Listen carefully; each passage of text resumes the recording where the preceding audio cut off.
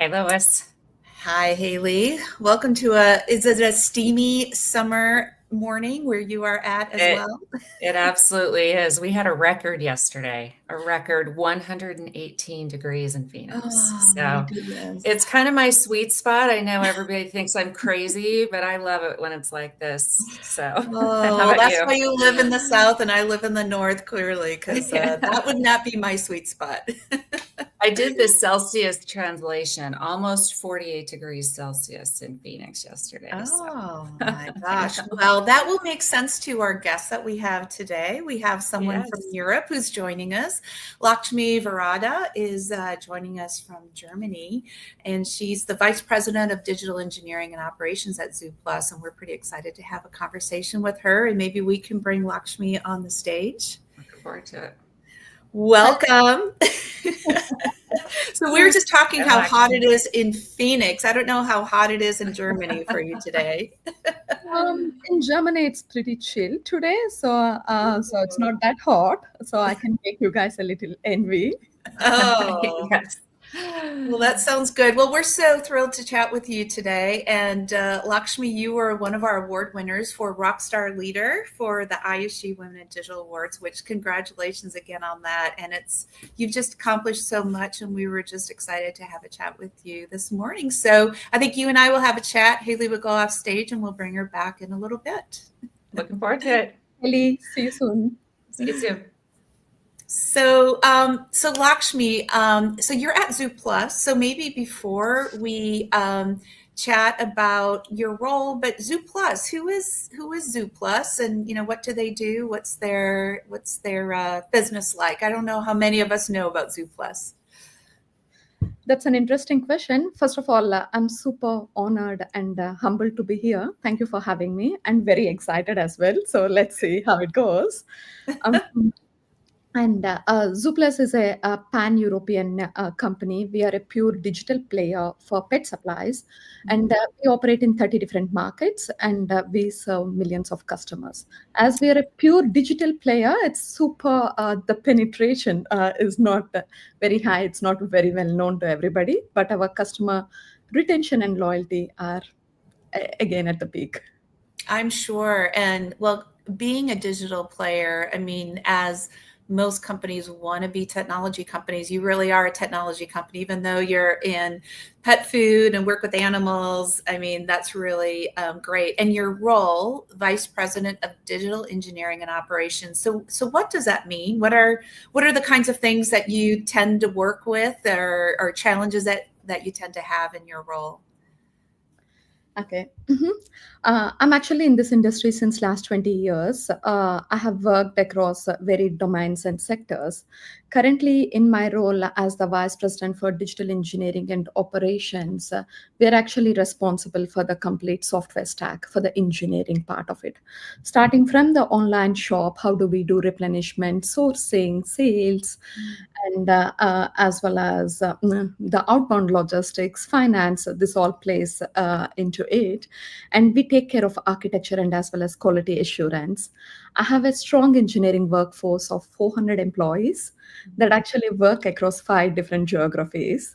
So we drive and build IT strategy in order to meet the business ambitions and growths.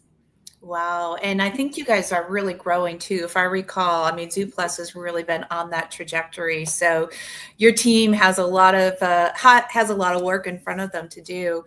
But just personally for you, I think I recall, I mean, you live in Germany now. In fact, we were chatting, you live outside of Stuttgart in like rolling hills. So that sounds amazing.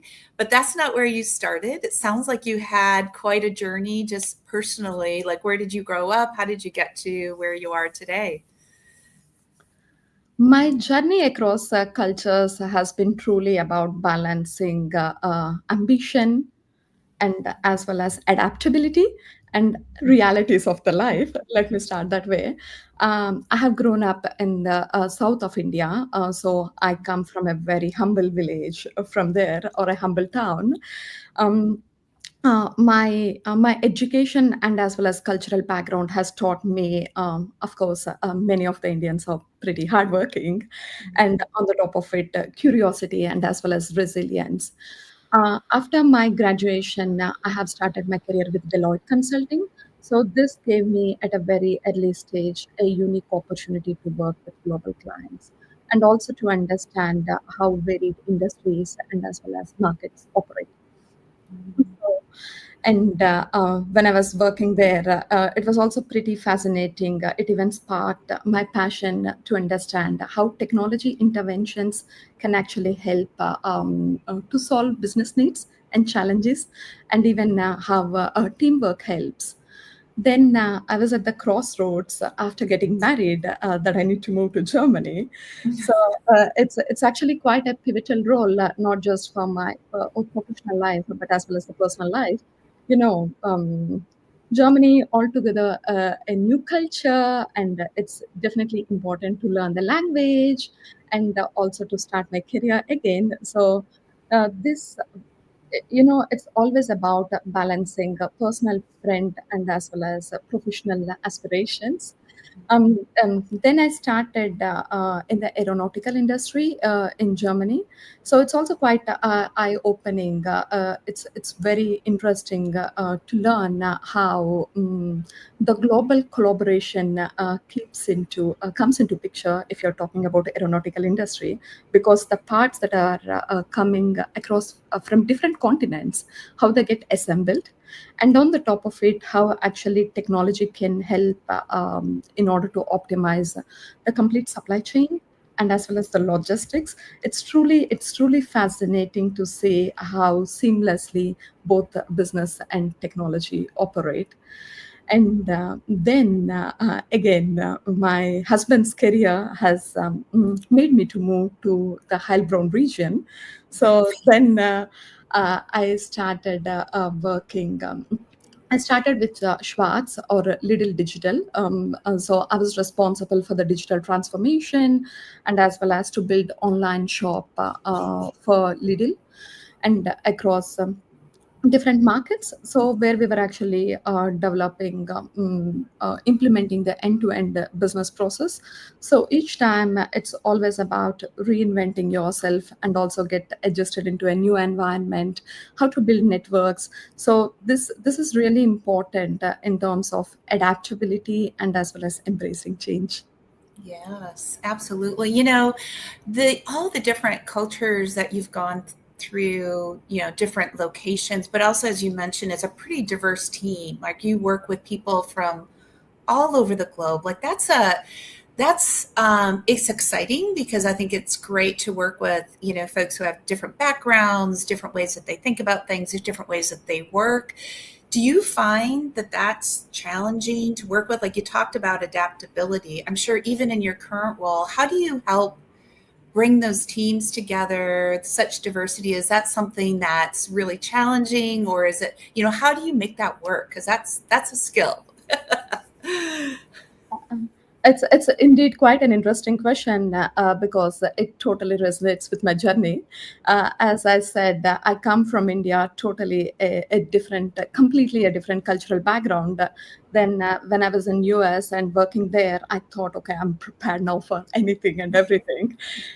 But when I moved to Germany, it's Germany has a very strong cultural roots. And on the top of it, somebody who can't speak German and working for companies like Schwarz, Airbus, it puts you all together in a totally a different environment. But at the same point of time, I really need to thank my ex-colleagues. I have never been to a language school. More or less, they taught me a German on the job. Oh, So that definitely helped me to integrate with the teams better. It really helps to understand, because language is always a means to understand a person better. So if you always try to translate it, the authenticity of what they mean is somehow lost in the translation. Um, but besides that, during my career at the Schwarz Group, it was also in my responsibility to build teams across Spain and as well as Romania.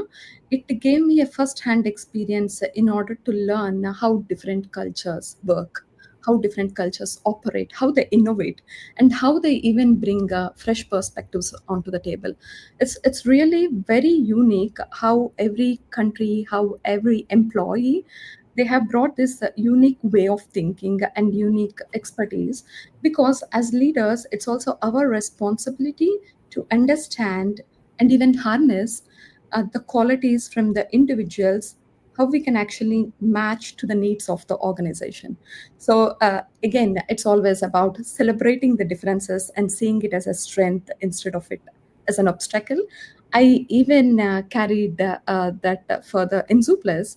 I'm super proud to work for Zooplus, where you can't even guess the number of nationalities that we work together. It's 70 different Oh my nationalities. goodness. And then across 10 different offices. So it's really interesting when I see my teams and people, and we even celebrate different cultures. We have fun Fridays where we celebrate cultures, starting from north to south and east to west. It's pretty interesting. It also taught us how important it is to understand the values of each and every culture, and also to have empathy and care for them. And on the top of it, the communication. So the way that we actually communicate with different cultures and nationalities also makes a lot of difference.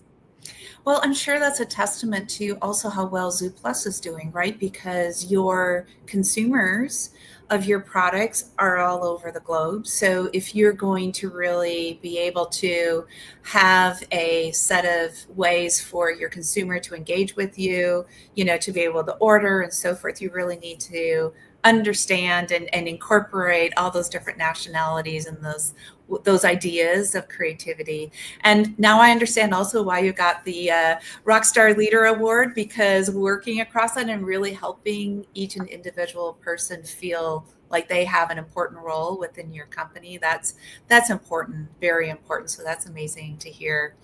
So a little bit different of a question. I mean, I'm curious, as you mentioned you're married.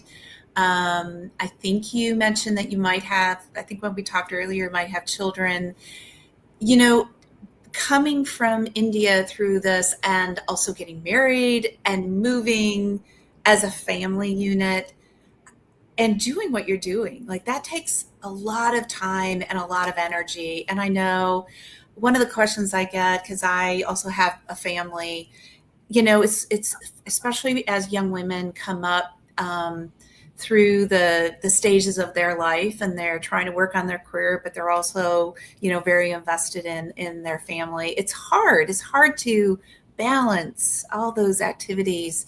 And I don't know, do you have a secret? How did you weather that? What are some of the ideas that you have? It's really a very interesting question because it's absolutely close to my heart. The main reason is that work for me is definitely not optional.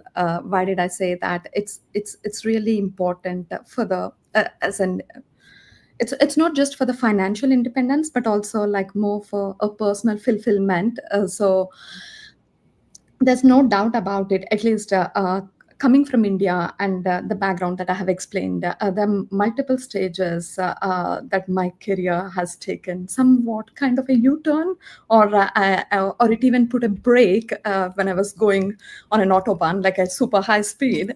So it's really important to have that resilience and never to give up. This is extremely important. Why do I say that? Working in tech industry requires really too long hours. I can yesterday, for an instant, I was in call literally till 11 p.m. in the night. So it's really not easy, because it requires a lot of commitment, and as well as quite some investment. I'm not saying just for the women, it's equally required for men, but at least I'm not generalizing it or sounding too feminist here. But many a times I have also seen men can actually invest more time, they can travel more, they can even network more, because somebody is actually taking care at the personal front. So this does not apply because, naturally, kids, at least in the early stages, kids are definitely close to the mothers. They definitely need their love and care. But at the same time, it's all about striking a balance between both personal and professional life. It's extremely important. I'm not saying that we need to sacrifice one for the sake of the other, but the striking this balance and also enjoying the whole process is extremely important. Yeah, absolutely. I think you're right. It's having that balance, but I think it's also, I think, to be a good parent, if you're enjoying and fulfilled in what you're doing, I think that also is important for your children to see as well, and your family to see, because it's not necessarily about time, it's about the quality of and what they see you engaging in your work and in your community. So that's outstanding to hear. So thank you for that. So I have a little bit, we're focusing a lot on AI right now because it's really in technology. It's starting to really make a huge impact. And, it actually changes, I think, quite a bit the way that we work. And often for women, I think there's a little bit of sometimes I feel like, is the way AI impacting the way we work, is it especially helping women to kind of equalizing maybe some of the abilities that we have to work? Is the traits that we have as women often, I don't know if I'd say nurturing is the right word, but we're very collaborative. I think women often are, where AI really needs that kind of collaboration sort of way of working. How do you see AI coming in and working and helping women in the workforce? And also, how do we best, as women, take advantage of it? How do we stay on top of it? And how do we really take advantage of these new ways of working? It's actually quite an interesting one because like in early 90s, when the computers have first started, irrespective of which industry that you have worked for, whether it is academics or pharma or retail, everybody needs to embrace the technology, because that only at the end of the day improved efficiency. So similarly, I wouldn't differentiate so much for men or women. AI definitely helps us to increase our productivity. There's no doubt about it. Zooplus as an organization, as we are such a data-driven organization, it's not just for the sake of saying it. We really make decisions on the basis of the data. So similarly, we are also early adapters of quite some AI technologies. What do I mean to say with it? We have embraced it at multiple fronts, at multiple personas. So if I talk from a customer standpoint, we have embraced AI. Now we are using AI in order to provide auto responses to our customers in terms of call centers. So call center agents will get a first auto response so that they can even approve or decline that, or even rewrite it or educate it. So it's just one example. And similarly, we are also using quite heavily in terms of forecast and replenishment, how we can actually optimize our algorithms. In regards to that, we use it in the last mile. We use it to find out the best network in order to deliver our parcels. So on the customer front, also to determine the pricing, because in retail, the pricing is super dynamic. You also to adapt to the market needs. The way that we crawl the price, the way we wanted to decide based on the assortment, whether we wanted to be market leader or follower, all of these decisions, AI is totally imbibed. And if I'm coming to the persona of the employee, we use AI at varied fronts. So let me start. We have Copilot. So that actually helps with our day-to-day job. Not just for the developers, we leverage GitHub Copilot. That also helps for the developer productivity. And similarly, now for all of our employees, we have the complete Microsoft suite with AI Copilot. So that helps us, to find a quick documentation, to act as even as a personal assistant, to help us to reorganize the calendars, and also making the knowledge available and fingertips. We all have Atlassian products at times. There's a lot of information there, but to find the right information at the right point of time is the crux of the discussion. So this is something which AI is totally helping us. And then we also use AI for many of our ESG relevant initiatives. So this is something that we are doing it as well.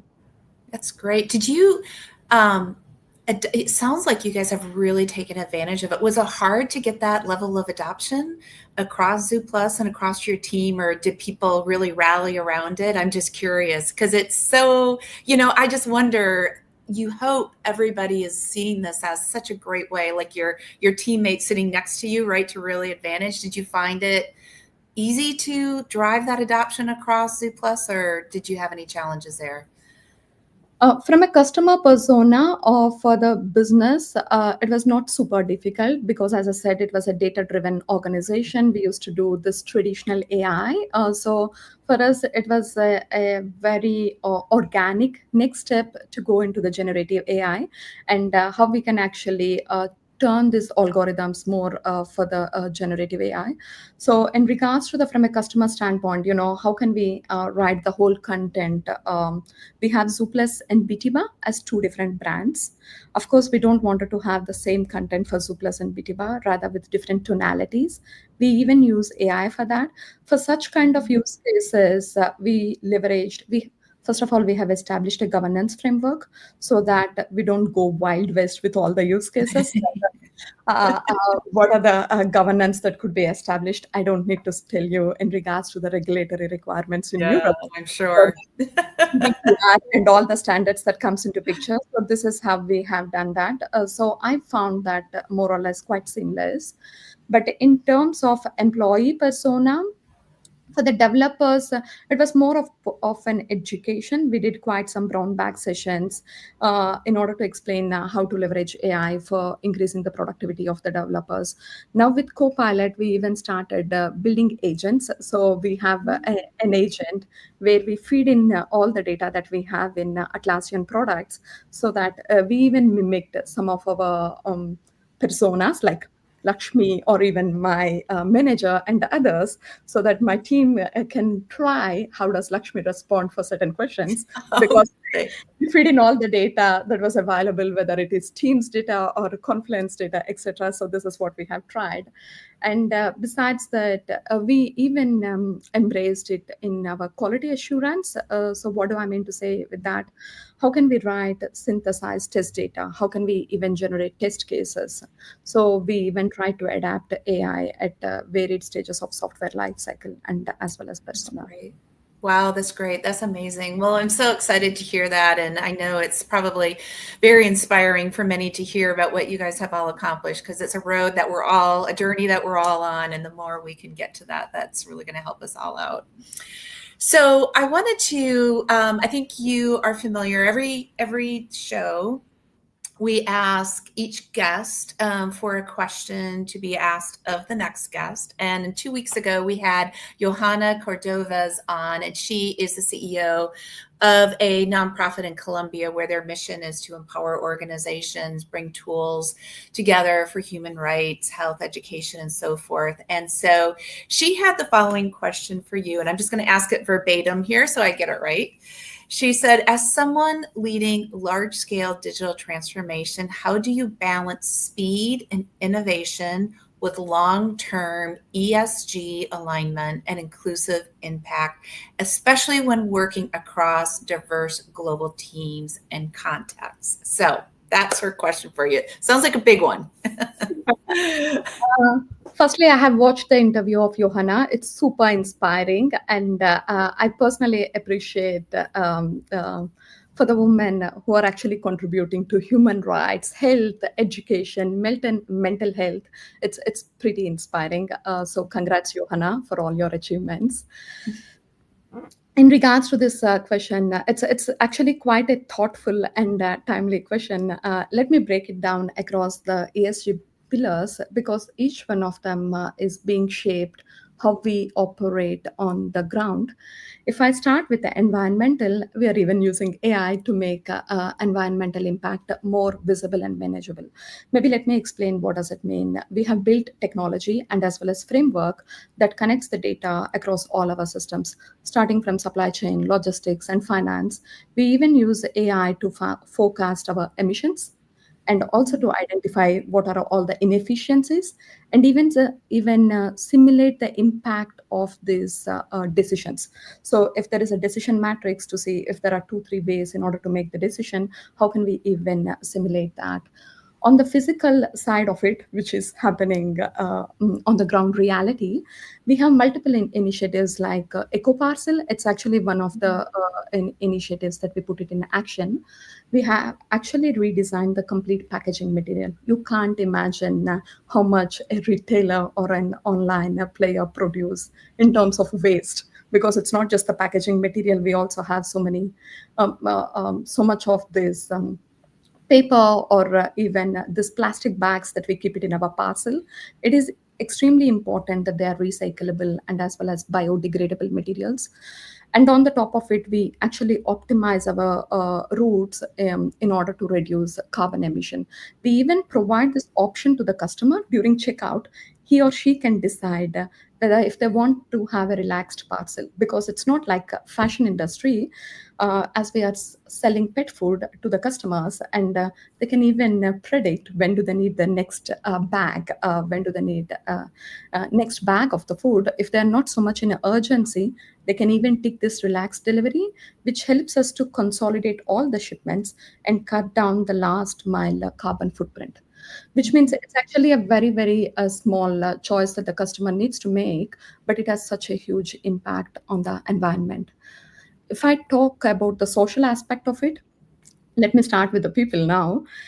We use AI to analyze all the engagement data. We have tools like Office Vibe in order to understand how our teams are feeling, what is actually working, because like every organization, we also have quite some changes and quite some transformations. So it is important to understand how it is resonating with our employees, what is actually working, what is actually not working. This also helps us to track inclusion, because it's not just talking about the values, but we also wanted to see the temperature on the ground. And what about the well-being of the employees? Do they feel recognized? And we even turn these insights, because whenever our engagement score drops, we even derive these insights and come up with action plans. So it's not somebody who's doing it at the top. Every person in the hierarchy, every manager actually takes care of their employees. Of course, we also aggregate the data across the organization. If I now talk about governance, we also use the ESG metrics into our dashboards and OKRs. We're not just tracking only the business outcomes, but we're also tracking these ESG outcomes eventually, so that we can even provide the transparency in regards to how we are doing. It's not just kind of a check boxes, but this actually helps us like a compass in order to show us the direction. Oh, that's great. And you know what really spoke to me about the many things that you're doing is you're giving both your customers and the folks in your company almost a personal way that they can contribute, right? Because like you mentioned, for your customers, they can choose the relaxed delivery, which I like that phrase. It gives them an opportunity to feel like I also, am doing something. Like you're giving them an opportunity to be able to make a difference as well. So that's really outstanding. I think that's a fantastic way of looking at it and kind of helping everybody play their role, which is so very good. So thank you for that. Exactly. Even in the social aspect, besides the employees, we also have tools like Qualtrics, in which we do a lot of surveys at varied parts of the customer journey. So that we can also collect the feedback in regards to how comfortable do they feel in navigating through the complete website. So do they find any kind of difficulties or challenges to understand the capabilities that we are offering? So we also get a lot of information through these surveys across all the channels, not just web, but also app, and as well as social media. We gather that data, crunch it also with our tools in order to derive insights. Very good. Very good. Really, yeah. Using everything that's available to really understand your environment and the folks who work with Zooplus. So that's really great. So good. Thank you. This has been so insightful. And I do want to ask you for your question. So we have Cynthia Fortledge, who is the founder and CEO of Fortledge Collective, and she leads a global organization who's really committed to, inclusion and to really drive kind of equality for especially women and any person who might feel disadvantaged to really feel heard and to be able to have the opportunity to succeed. So do you have a question for Cynthia that we can ask her in a couple of weeks? First of all, thank you for giving me the opportunity to ask something to Cynthia. Cynthia, as the founder and the CEO, what are the most effective strategies that you have seen for creating a truly inclusive spaces? Why did I say that? Because at times how do you guide leaders not just to set the tone from the top, but also empower individuals at entry level to contribute to the culture? So this is something I'm super excited and fascinated to know. Oh, fantastic. That's a great question. That's really good. Thank you for that. I'm excited to hear what she says as well. So I think we'll bring Heli back on. And Heli will be actually talking to Cynthia in a couple of weeks. So I'm sure we'll take a mental note of that and be exactly. I've made a couple of notes so that we can prep Cynthia, but I'm sure she's eager to answer that question. So Lakshmi, thank you so much. What a great conversation. Thank you, Heli. Thank you, Lois. Thank you for having me. It's a great pleasure indeed. Yes, well, this has been really inspiring, and you inspired also, I hope, for all who are listening, just the many things that we can all accomplish when we persevere, right? And we really be a leader. And I think that too, how you work with your teams across so many different ways and styles and what they contribute. I think that's a lesson for all of us to really make sure that, because that's really what's important, right? The people you work with and being able to contribute. And that's what really drives success. So thank you for your words of wisdom there. And we look forward to everyone coming back in a couple of weeks and hear our next conversation with Cynthia. Looking forward to it. Thanks, Lois. Bye-bye.